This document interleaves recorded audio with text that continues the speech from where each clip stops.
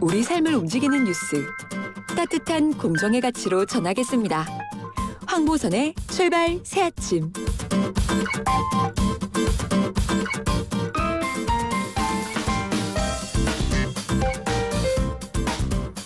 네, FM 94.5MHz YTN 라디오 황보선의 출발 새아침 이제 8시 정각돼서 3부 시작합니다.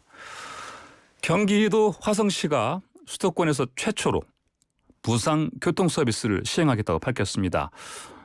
이달부터니까 어제부터죠. 아동과 청소년들 14만여 명에게 대중교통을 공짜로 이용할 수 있게 하는 것인데 내년까지는 25만 명으로 대상이 확대된다고 합니다. 자, 비용 문제, 또 예산 문제가 당연히 생길 텐데 왜 이렇게 하는 것일까요? 중장기적으로는 오히려 비용 절감이라는 분석도 있습니다. 자, 자세한 이야기를 나눠보겠습니다. 자, 서철모 화성시장과 지금 연결해야 되는데 아직까지 좀 전화가 연결이 아직 안 돼서 잠깐 기다려 보고요. 그 사이에 잠시 안내문 하나 말씀드리겠습니다. 여러분의 참여를 기다리고 있습니다. 청취자 여러분 가운데 혹시 의견이 있으신 분들은요. 우물정자 0945번 50원의 유료 문자로 의견을 보내주시면 됩니다. 샵 0945번 50원의 유료 문자로 의견 보내주시기 바랍니다. 다시 한번 설명을 드리겠습니다. 자, 경기도 화성시가 수도권에서 최초로 무상 교통 서비스를 시행한다고 합니다. 사실은 이게 수도권뿐이 아니고요. 강원도 정선군이 이미 이제 무상 교통 서비스를 시행을 하고 있습니다. 또 전남 신안군에서도 지금 이 대중교통 무상 교통 서비스를 시행하고 있는데 사실 이게 당장은 돈이 들어가는 비용이 많이 들어가는 이제 그런 서비스인데 이제 중장기적으로 봤을 때는 이를테면은 버스 회사의 이제 자치단체에서 거액의 해마다 예산을 지원해 줍니다. 그래서 이제 이런 부분을 갖다가 이를테면은 계속해서 이제 감당하느니 차라리 일종의 이제 어떻게 보면 이제 대중교통 관련해서 공영 서비스 쪽으로 가겠다는 그런 이제 장기적인 그런 계획을 두고서 이런 서비스를 시행하는 것인데요. 네. 자, 아직까지는 지금 화성시장이 전화로 연결이 안 되는 것 같습니다. 자, 그러면 일단은요, 이제 서철모 화성시장과는 잠시 뒤에 전화 연결되는 대로 진행하기로 하고요. 일단, 사건인 법 코너로 좀 이어가겠습니다.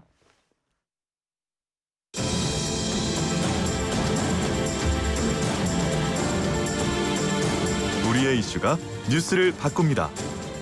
세상을 깨우는 황보선의 출발 새아침.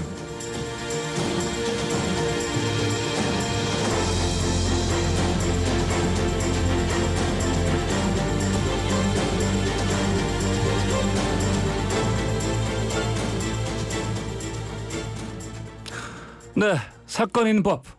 오늘은 이제 구자룡 변호사와 함께 오는 12월 13일, 자, 다음 달 13일로 예정된 아동 성폭행범 조두순 출소를 앞두고 관련 법률 짚어보는 시간 마련했습니다. 변호사님 안녕하십니까? 예, 안녕하십니까. 변호사 구자룡입니다. 예, 자, 조두순 씨가 다음 달 13일 출소하죠? 만기 출소죠? 네, 맞습니다.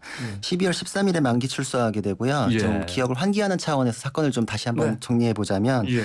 2008년경에 안산시 단원구의 한 상가 건물 화장실에서 당시 50대의 남성인 조두순이 당시 8세의 여아를 납치해서 화장실에 끌고 가서 강간을 하고 여러 도구를 이용한 이렇게 입에 담기 어려운 그런 충격적인 방법을 이용해 가지고 강간 상해 범죄를 저지른 것입니다. 그래서 여아의 피해가 장기가 굉장히 훼손돼 가지고 인공장기를 달아야 될 정도의 큰 상처를 받았고요. 이에 대해서는 이제 조두순이 강간 상해죄로 처벌되어서 대법원에서 최종적으로 확정된 내용은 징역 12년 그리고 위치 추적 전자장치 이른바 이제 전자발치라고 부르는데 그게 이제 부착 7년 그리고 신상 정보 공개 5년 이렇게 이제 확정이 되었고 그 12년이 이제 지나서 만기가 이제 다가오는 겁니다. 12년이 지나서요. 네. 자, 이 워낙 끔찍했던 사건이 있기 때문에 이제 조두순 출소 반대 국민청은 계속되고 있습니다. 또 이제 안산 쪽 그 주민들 불안감이 굉장히 크고요. 뭐 정부가 대책 내놓은 거 좀 있죠? 네, 맞습니다. 예. 국민청원이 지금 계속 반복이 되긴 했는데 정부에서도 이미 현행법상으로 출소를 막을 수는 없다. 네. 또 다시 또 높은 형으로 처벌하는 것은 가능하지 않다. 네. 이런 이제 의견을 밝힌 바가 있고 예. 현행법상으로 이제 가능한 조치로서 언급된 것이 뭐 24시간 밀착 감시 예. 그리고 주거지 반경 1km 이내에서는 이제 여성 안심 보호 구역으로 지정하고 네. CCTV를 증설하고 그리고 또 음주나 외출 제한 등의 이제 적절한 방침을 이제 부과할 수 있다. 네. 이렇게 이제 좀 조치 사항을 밝힌 바가 있습니다. 예, 그렇군요. 이제 뭐 법무부 또 여성가족부, 경찰청 등에서 이제 조두순 재범 방지 그리고 관리 방안 마련한 건데, 근데 전담 보호 관찰관을 지정해서 조두순을 뭐 1대1로 24시간 감시하는 거 네. 이거 아니겠습니까? 네. 그러면 또 일각에서는 뭐 인권 침해 요소가 있지 않냐 또 이런 식으로 얘기를 할 수 있어요. 예. 근데 보호 관찰이라는 것 자체가 예. 일단 기본권을 제한하는 방식으로 이루어지는 것이 본질적이고요. 네. 법적으로도 이제 이걸 따질 때 기본권에 대한 제약이 있느냐, 그리고 그것이 제약이 좀 침해의 수준에 이르러서 위헌이 되느냐 이렇게 네. 따져보는데 보호 관찰의 방법으로서 제약이 따르고 예. 여기서 마련된 이 조두순에 대한 경우는 예. 뭐 법적으로도 근거도 있고 그리고 그 목적을 달성하기 위해서는 이제 정당한 목적에 의한 적절한 수단이다. 이거는 지금 위헌까지 이르지는 않는 것으로 이렇게 네. 좀 평가할 수 있을 것 같습니다. 아, 그렇습니까? 그 이제 구체적으로 보면은 근데 어때요? 그 외출 제한 시간이 또 있죠? 네, 맞습니다. 그럼 그게 이를테면 뭐 몇 시부터 몇 시까지? 네. 자정부터? 자정부터 그 다음 날 이제 아침 6시까지. 그러면은 이제 아까 뭐 24시간 감시한다고는 했는데 네. 그 시간대에도 감시는 계속해서 이루어진다. 그렇죠. 이렇게 봐야 그때는 되겠습니까? 이제 그 전자발찌에 의해 가지고 위치가 추적이 예, 되니까 예. 이제 그런 네. 방식이 이용될 것입니다. 예. 근데 이제 한 사람 때문에 이렇게 많은 인력이 동원되는 상황이에요. 그렇죠. 네. 네. 이게 참 사실 뭐 그냥 간단히 생각을 하면 굳이 이 사람 출소시키지 말고 교도소 안에 놔뒀으면 뭐 이렇게까지 막 그 주민들 불안에 떨고 이렇게 큰 많은 인력 동원해서 감시하고 이런 일이 없어질 텐데 이런 얘기도 사실은 또 하기도 합니다. 네, 맞습니다. 예. 그게 또 법률가로서도 굉장히 고통스럽고 고민스러운 예. 부분인데 네. 또 앵커님께서 이런 질문을 해주시는 게 또 반갑기도 한 부분이 예. 조두순이라는 범죄자 분명히 악성을 발현을 했고 범죄를 예. 뭐 굉장히 입에 담기도 힘든 범죄를 저질렀지만 그 사람 한 명만을 타겟으로 하는 법률 이런 것은 사실 네. 법치국가에서 제정할 수가 없고요. 예. 그 사람을 포함한 우리 모두에게 적용되는 법에 대해서 고민을 해야 되기 때문에 네. 이것이 사회적으로 비용을 들일지언정 네. 이게 뭐 사람이 그거에 대해서 옛날에 뭐 미국 연방대법원에서도 미란다 원칙이라는 거 우리 잘 네. 알고 있잖아요. 예. 그때 미란다 사실 진범이었거든요. 예. 하지만 그때 적법 절차 원칙을 위해서 그 사람을 풀어줬었습니다. 네. 그거에 의해 가지고 그때 당시에는 뭐 수사 과정이나 이런 것이 다 형해화될 것이다. 범죄자가 활개치는 것을 막을 수가 없을 것이다. 이런 의견도 있었지만 결국 그것이 정비돼 가지고 인권을 보장하는 적법 절차가 더 강화됐거든요. 네. 그것이 미란다가 우리한테 뭐 잘했다. 네. 미란다한테 고마워한다. 이럴 필요가 없죠. 미란다 사건이 계기가 됐기 때문에 네. 인류가 이뤄낸 업적이다. 조두순 사건도 인권을 논의하는 게 어떻게 보면 좀 불편할 수도 있습니다. 예. 근데 그것은 조두순이 뭐 그 사람을 위해서 네. 그 사람만을 뭐 생각해서 이것보다 예. 그 사람의 인권은 우리 안에 네. 우리가 모두가 보호되는 법치주의 안에 그 사람도 포함이 돼서 논의되는 것이다. 이렇게 생각하면은 좀 이해가 쉬울 것 같습니다. 예. 자, 그 전담 보호 관찰관이 이제 불시에 조두순을 찾아가서 음주 측정까지 할 수 있다고 합니다. 그렇죠? 이게 맞습니다. 그러면 이게 이제 알코올 농도, 혈중 알코올 농도죠. 그러니까 네, 0.03% 이상 네. 이게 음주한 걸로 확인이 되면 바로 처벌도 가능하다? 이게 맞습니까? 이게 보호 관찰에 의해 가지고 예. 준수 명령을 부과할 수가 있습니다. 예. 그래서 이건 법에 근거가 있는 내용이고 그 내용을 보면은 이제 뭐 악습을 버리고 예. 새로운 이제 갱생의 삶을 살기 위한 이제 그런 이제 준수 사항을 부과하면서 거기에 네. 그 거주지 제약 그리고 네. 음주에 대해서도 일정량 이상의 음주를 금한다. 이게 이제 법에 있기 때문에 이것은 네. 이제 충분히 가능하고 보호 관찰이 준수 명령을 따르지 않을 때는 그에 따른 이제 조치들이 취해질 수 있습니다. 사실은 특히 조두순 같은 경우는 이제 특히 음주 부분이 중요한 거 아니겠습니까? 맞습니다. 예. 조두순 부인 같은 경우에도 탄원서를 낼 때 이 예. 사람이 음주에 의해서 그런 부분이 있다라는 식으로 이제 좀 변명을 했었거든요. 그러니까 예, 요거까지 예. 조두순이 과하다. 나는 요거 뭐지 이럴 수 있는 상황은 아니라고 생각이 됩니다. 예. 그럼 아까 이제 말씀하신 대로 이제 혈중 알코올 농도가 정해진 그 기준 이상 네. 넘어가게 되면 처벌 가능하다 했는데 네. 구체적으로 뭐 어떤 어떤 처벌이 가능할 거로. 일단 볼수 근데 있으니까. 처벌이라고 예. 하는 게 이제 형사처벌까지 말하는 건 아니고 이제 예. 거기에 따라서 이제 원래는 그 집행유예나 네. 이런 거에 이제 보호관찰이 붙기 마련이거든요. 네. 근데 이제 이 경우에는 이제 만기 출소가 됐기 때문에 그 긴급 유치를 한다거나 네. 뭐 경고를 한다거나 이런 것이 이제 법에 규정이 되어 있습니다. 네, 네. 이제 그런 식의 이제 법에 규정되어 있는 조치를 취하게 되고요. 강한 처벌까지는 결국 예, 이제 그거는 좀 그 어렵습니다. 인신 구속까지도 할 수는 있지만 유치는 할 수 있습니다. 유치는 할 수 예, 있습니다만. 예, 예. 네, 그렇군요. 자, 또 그 아까 뭐 전자장치 네. 예, 발치죠. 그러니까 부착 기간이 7년이라고 하셨습니다. 네. 그렇죠. 그러면 이제 7년이 지나게 되면 그 이후에는 뭐 달리 감시할 방법이 뭐 없습니까?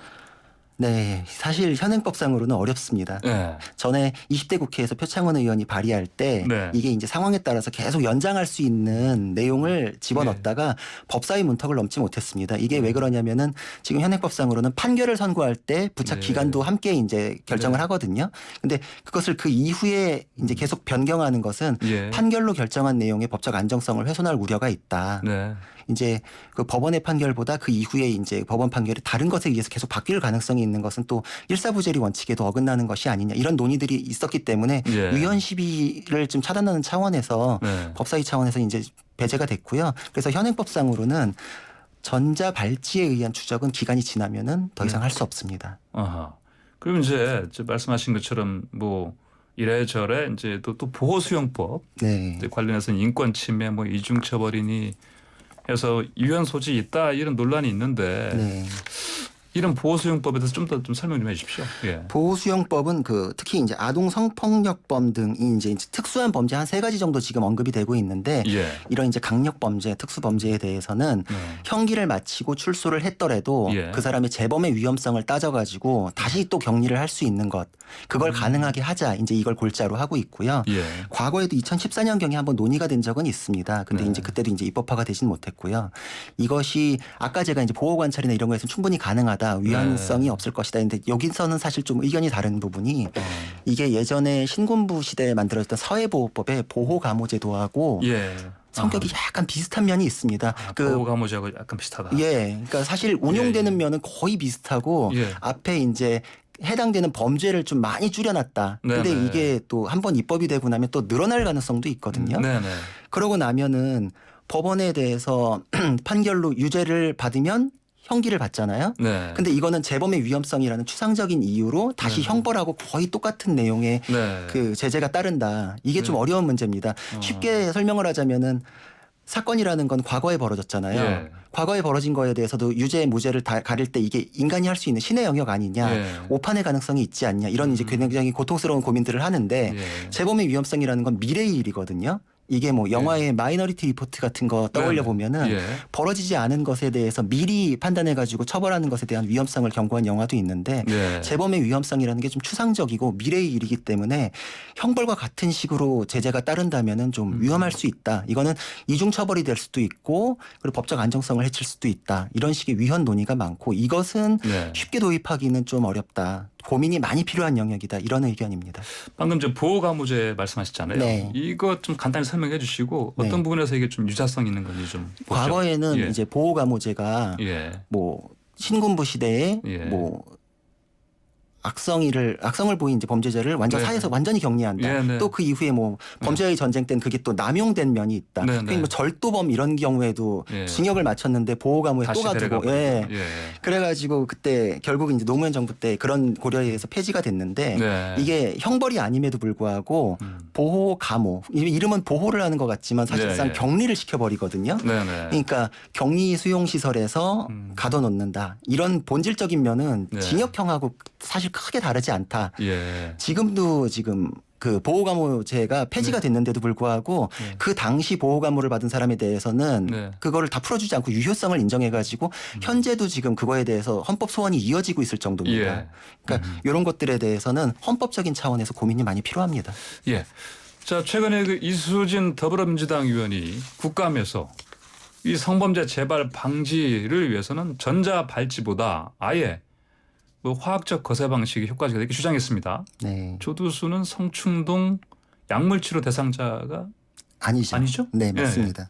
일단 이 범죄가 2008년, 9년 이럴 때 이제 발생해서 그때 네. 이제 무려 확정됐고 이랬기 때문에 네네. 그 이후에 2011년 7월에 도입된 성충동 약물 치료 제도에 의해 가지고 예. 조두순이 이 대상자가 되고 치료 감호 명령을 받고 이렇게 되는 것은 이제 예, 소급 예. 입법, 뭐 소급 적용 이런 문제가 네네, 있기 때문에 그러네요. 가능하지가 않고요. 예. 그리고 또 이것도 제도적으로는 많은 고민이 필요한 게 현대 문명 사회로 넘어오면서는 예.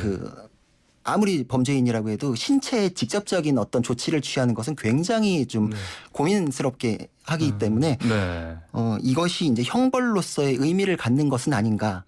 그리고 이 치료에 의해서 후유증은 없는가 이런 거에 대해서 헌법재판소에서 과거에도 치열하게 논의가 된 적이 있습니다. 네. 그리고 이것이 또 주장하는 쪽에서는 말을 혼용해서 쓰니까 네네. 그게 그것처럼 보일 수도 있는데 원래는 성충동 약물 치료인데 이걸 화학적 거세라고 거의 대등하게 지금 사용하고 있는데 그렇죠. 화학적 거세 이런 것은 사실 이건 그거에 처벌 그렇죠. 그런 맥락에, 취지가 예 맞습니다.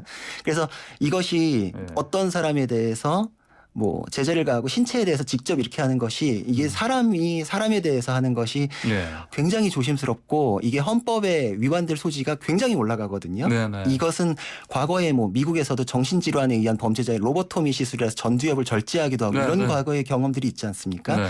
이 신체에 대한 바로 이 하는 것 부분, 이 부분은 효율성만으로 네. 도입하기에는 좀 무리가 있다. 네. 이런 부분이다. 이렇게 생각이 됩니다. 일단 뭐 시점상으로도 이제 이 성충동 약물 치료 네. 보통 이제 화학적 거세를 불리는데 이게 이제 도입된 게 이제 2011년 7월이기 때문에 맞습니다. 어떤 뭐 소급 적용할 수가 없는 것이고. 그렇죠. 근데 이제 또 설령 이게 네. 이제 만약에 이제 뭐 시점상으로 소급 적용 아니라도 네. 이 성충동 약물 치료를 시행하는 부분에서는 네, 선별적으로 그렇죠. 해야 된다 이런 말씀인 또 거죠. 예. 그리고 이게 또 동의를 전제로 하는 이런 내용들이 있어가지고 네. 네. 뭐 일방적으로 이게 적용하는 게 그렇게 뭐 법적으로도 이렇게 쉽게 돼 있지는 않습니다. 아 그렇군요. 자 오늘 말씀 여기까지 듣겠습니다. 감사합니다. 네, 감사합니다. 네, 지금까지 사건인의 구자룡 변호사와 함께했습니다.